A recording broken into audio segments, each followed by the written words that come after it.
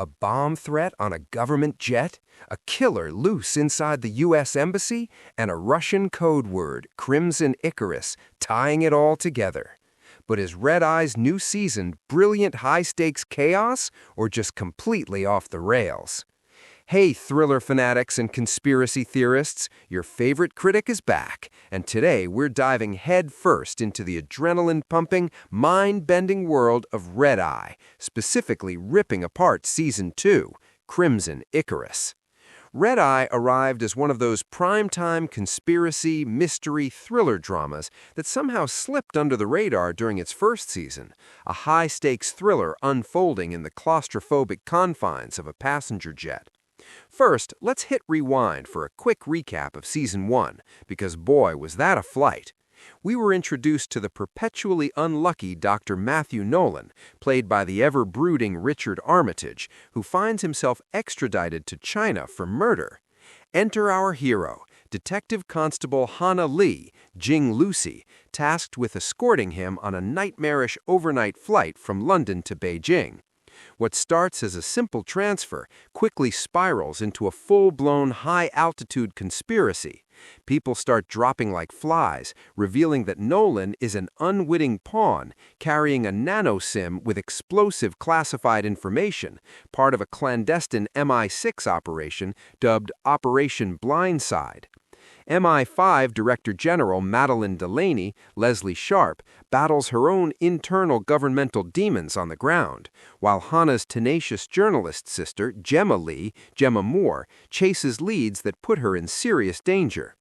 By the end, we learned the CIA was involved, a nuclear deal was at stake, and Hannah had to hijack the very plane she was on to expose the truth, leaving Delaney battling for her career after exposing the dirty secrets. It was a tight, claustrophobic, international espionage masterclass that left us breathless. Season 1 turned out to be a guilty pleasure. Yes, the acting was uneven, but the breakneck pacing, visual flair, and whodunit hooks kept viewers strapped in. Jing Lucy's Hannah Lee stood out, even if the strong female lead trope sometimes felt more like a checklist than a fully realized character. The show's blend of conspiracy, action, and personal drama made it a decent watch for fans of high-stakes thrillers, even if it didn't always stick the landing. Now, buckle up, because Season 2 blasts us out of the sky and plunges us into an even more intricate web of deceit. Thankfully, Nolan is mostly absent from the main stage, though he does make a surprise, pivotal appearance, proving some doctors never truly retire from espionage. 18 months later, Redeye Season 2, aptly named Crimson Icarus, shifts the action from a plane to the American Embassy in London, where a new crisis unfolds. This time, the action pivots to the glamorous yet suddenly terrifying U.S. Embassy in London. Celebrations for a new U.S. ambassador are violently interrupted by a chilling threat. A British plane will be detonated if anyone leaves the embassy. Cue immediate lockdown, trapping an unwitting cast of characters, including our now Detective Sergeant Hannah Lee, inside a gilded cage of paranoia. As if an embassy-wide hostage situation wasn't enough, murders start piling up within the supposedly secure walls.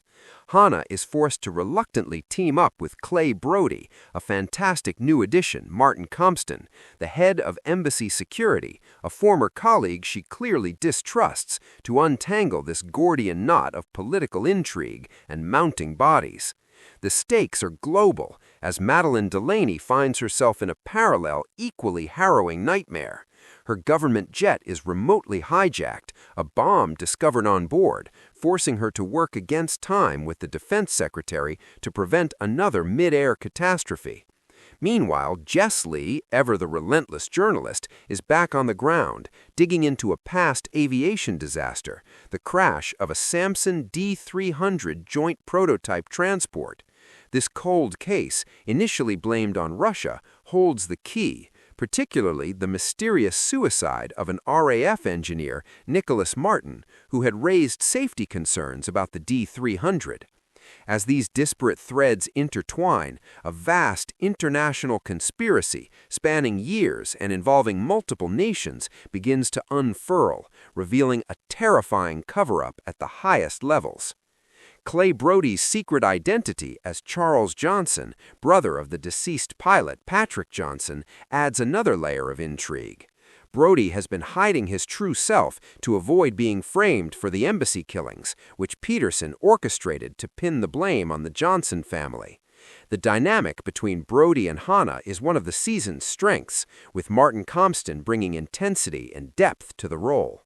Their partnership, though initially rocky, becomes the emotional core of the season, especially as Brody grapples with his brother's death and his own desire for justice. The season's climax sees Hannah, Brody, and Madeline Delaney trapping Peterson by recording his confession. Brody, enraged by Peterson's role in his brother's death, nearly kills him, but Hannah talks him down. Peterson is arrested, and the season closes with Hannah rejecting an MI5 job offer, staying true to her roots as a detective. Hannah is capable, but the writing often reduces her to a plot device rather than a fully realized person. Her rejection of the MI5 job feels like a missed opportunity to explore her growth. The resolution is satisfying, though the journey there is occasionally marred by clunky dialogue and plot holes that strain credibility. Richard Armitage's cameo as Matthew Nolan in Episode 5 is a treat for fans of Season 1. His return, though brief, ties up loose ends and adds a layer of continuity to the series. However, it's clear that Hannah and Nolan's romance never took off, leaving their relationship as more of a missed opportunity than a fulfilled arc. Redeye Crimson Icarus is an okay series if you enjoy the strong female character trope, but the execution is uneven. The acting is a step up from Season 1, and the conspiracy is engaging enough to justify the ride. However, the writing and character development don't always match the ambition.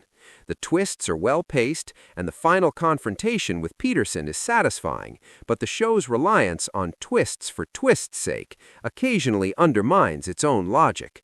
Watch for the visuals, Martin Compston's performance, and the clever conspiracy, but don't expect a masterclass in espionage storytelling.